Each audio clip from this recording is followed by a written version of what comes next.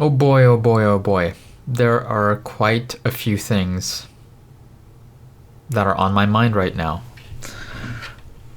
One, a big update. In the previous one of my recent videos, I said that the first job I'm getting after 7 years of no real job is Korean tutoring online on Preply. Well, it turns out I haven't scheduled a single session with a student. A couple people showed interest, but when I followed up, nothing happened. Maybe because my price with 0 reviews and I'm just starting off is too high. It's currently set to $15 US, which is what AI recommended given my previous background experience. But no students for Preply. But I am currently occasionally meeting a chef who is wanting help with YouTube videos, filming, editing, thumbnail, the whole thing. And so I made 2 recipe videos and 1 short tip video, and she's very happy with how the videos turned out as well as the thumbnails. So I got paid for that, and I only realized afterwards that I am according to the industry standard, I am undercharging by a fair bit, because when you do all those 3 things, I think, yeah, the industry standard is somewhere between 50 and 65 Canadian dollars, but I'm charging less than that. But we already said to the agreement, this is before I knew what the industry standard was, and the only portfolio I have is my own basic videos. These I don't even edit really, so I don't even have a portfolio, right? So I am fine undercharging and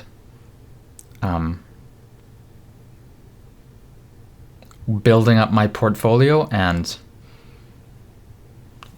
continuing to make videos that satisfy the client. So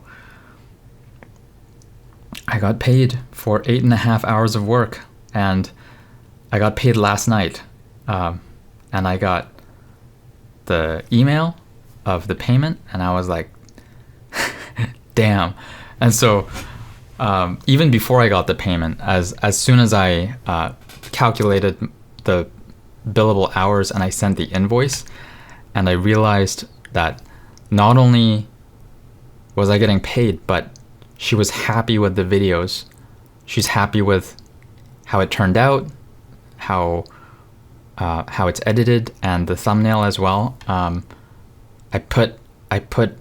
just made it the best I could, and so just having someone who's satisfied with the work I did and getting paid for it, even if the payment came later, and this is before I got the payment, I was like,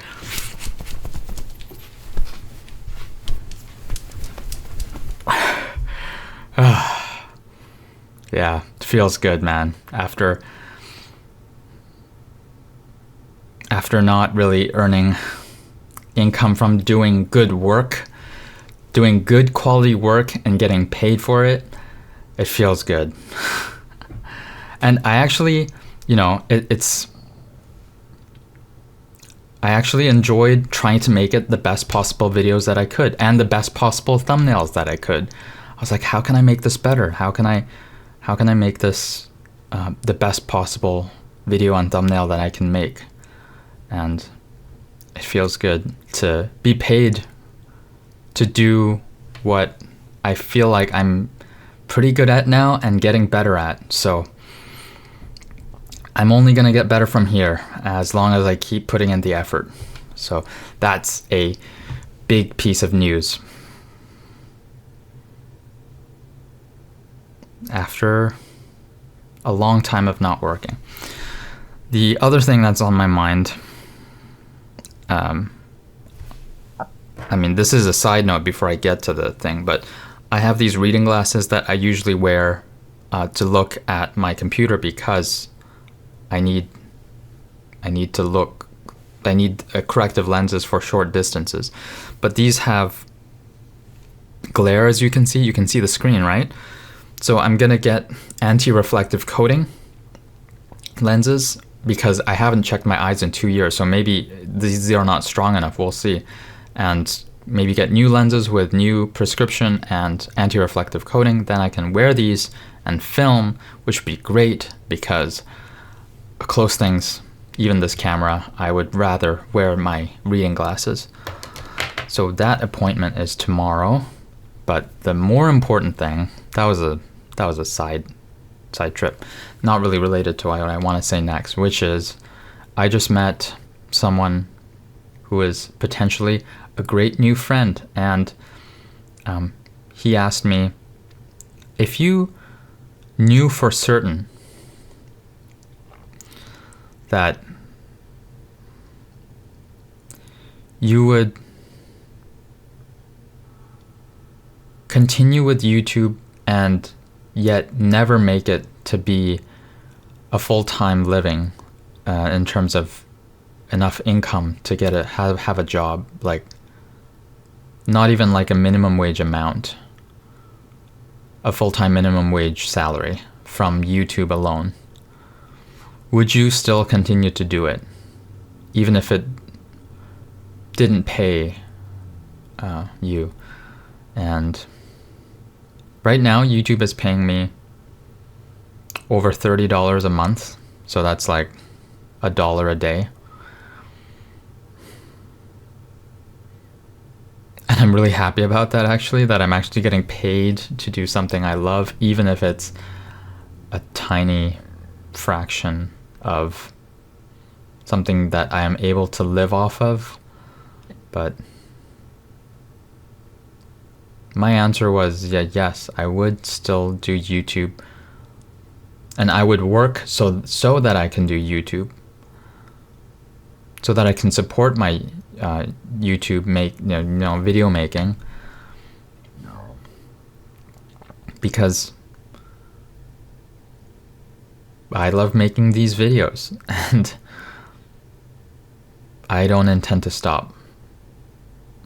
An advice I heard was find what you love and do it for decades, and this is something that I found that I love and I want to do it for decades. So the plan is to do it for decades, regardless of whether it becomes financially lucrative or even financially sustainable or not. Even if it's not financially sustainable, I will do other jobs so that I can do YouTube. And I was like, why do I like making these videos? It's not just that I like posting these videos and making them, filming them, and watching them. I love all of that, but it's also, there's an element of community in my Discord server, and the people that comment, the people that watch again and again and comment again and again, or message in the Discord server, chime in once in a while, and share some of their work, what they're working on, whether it's baking tiramisu or writing a mini personal essay in an online blog, or sharing what's going on in their school life. It's become a community thing where I have a small group of people who are interested in what I have to say, and oftentimes I'm interested in what they have to say. And that's something I never expected when I started this YouTube channel like 3 years ago.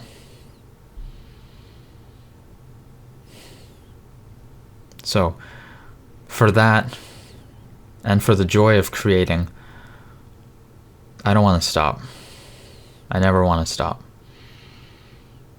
And, maybe feelings change, but I've wanted to make YouTube videos since I was in high school. And that's, what, 2 decades ago now? I'm getting older. So that hasn't changed in the past 20 plus years.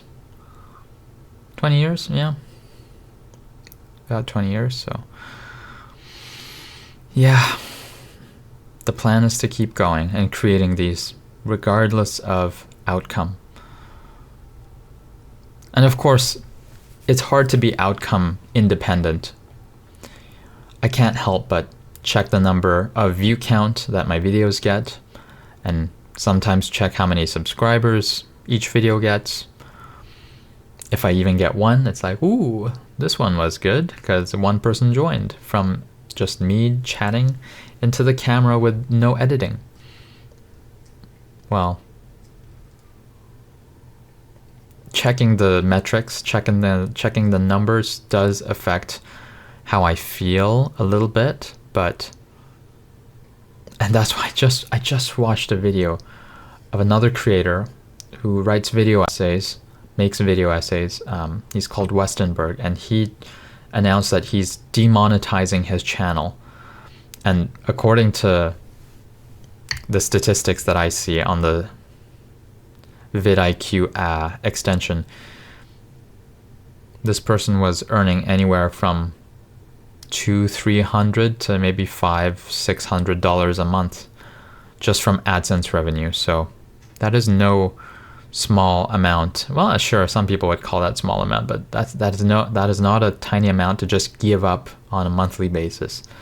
So that person's reasoning, Westenberg's reasoning, was checking the metrics, checking the numbers, checking the retention. I don't check the retention, but checking all the metrics affected Westenberg's creativity process. And Westenberg wants to keep the creativity process as pure as possible and make what you want to make without it being affected by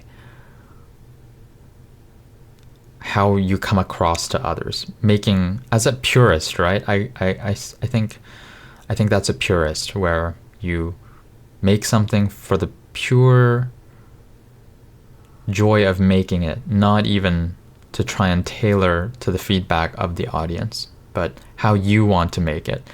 And there is, a feedback mechanism when you're making stuff for an audience. Even the author of The Creative Act, a famous book that's pretty recent, from the famous music producer Rick Rubin. Sure, in the book he talks about creative freedom and creating for yourself first, and not depending on creating for the audience. But if you look at some of his interviews, like he was talking to Ray Orbison, this big musician from the older days, and when he was producing music for Roy Orbison, he said Roy didn't want to do this high-pitched ending, which people have come to expect of him. And Rick Rubin was like, well, people want you to do that'll sell the albums. They'll be disappointed if you don't do that. So even Rick Rubin, who's all about, in his book, he's like, create for yourself. Even he was like, you gotta cater to the audience and give what the audience wants sometimes. So I don't know if being 100% purist is even the right move to do, because it's a dancing act. You're not dancing by yourself, creating in the void. You're dancing with the audience who's watching and interpreting what you're saying and having a reaction to it. So I don't know if one can be purely a purist, and even if that's desirable, but I definitely want to not have the numbers affect how I feel about my videos, because it's great when I make a video and I feel like it'll do well and it does well. That feeling is great, but it also sucks when you're feeling pretty good about some video and it really doesn't. do as well as you thought it would. So I don't think it's a good thing to be having the metrics affect the creative process too much. So in that sense, I agree with Westenberg. Yeah. And in that sense, being more of a purist is better than relying on the numbers, and one should rely more on the quality of the reaction that you get from the comments, from people messaging you, let's say in my Discord server. That's more important than just the raw numbers, I think. So, yeah.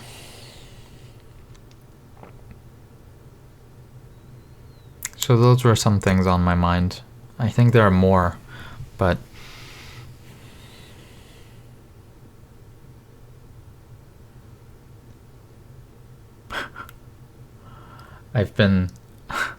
I haven't been buying clothes for a long time, like years, during COVID and all that. Didn't buy anything new, really. Or very rarely, maybe less than 5 pieces of clothing in a whole year. And then now recently I just bought this, again, because I love the black sweatshirt, and this I bought the navy version. I bought more black sweatshirts because this is my uniform. This Uniqlo sweatshirt is just so comfortable, and I love wearing it, and it looks, I feel comfortable in it, the way it looks, the way it feels. So this is my home and casual wear now. It's my uniform. And then also the Japanese clothes that I bought recently, and the yukata robe and the hanten, the puffy indoor/outdoor jacket. I've been spending a lot on clothes lately, and I think it's time to go back to starving the machine. Don't feed the machine of consumerism. They're always wanting to get your money by telling you, you need this and you need that. And this person that I talked to this morning, who sold everything that they owned and got their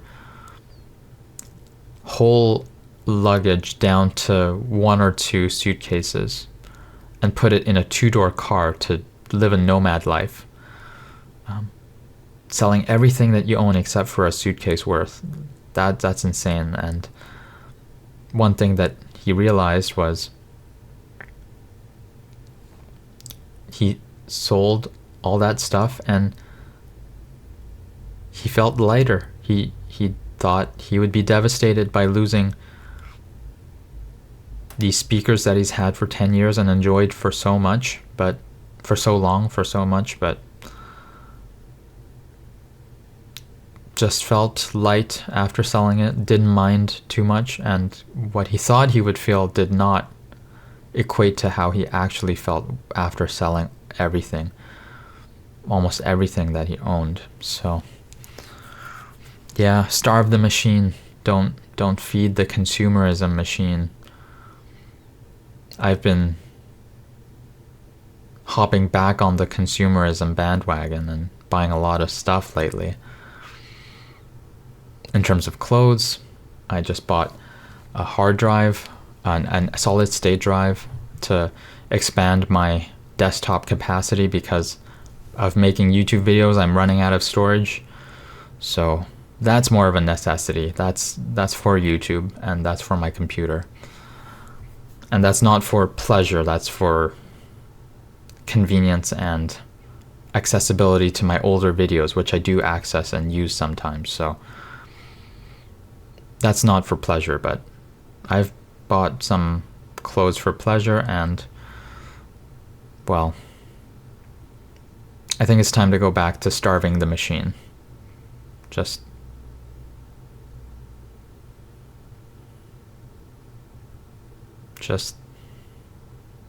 stop feeding the machine and stop buying everything that the world is telling you to buy.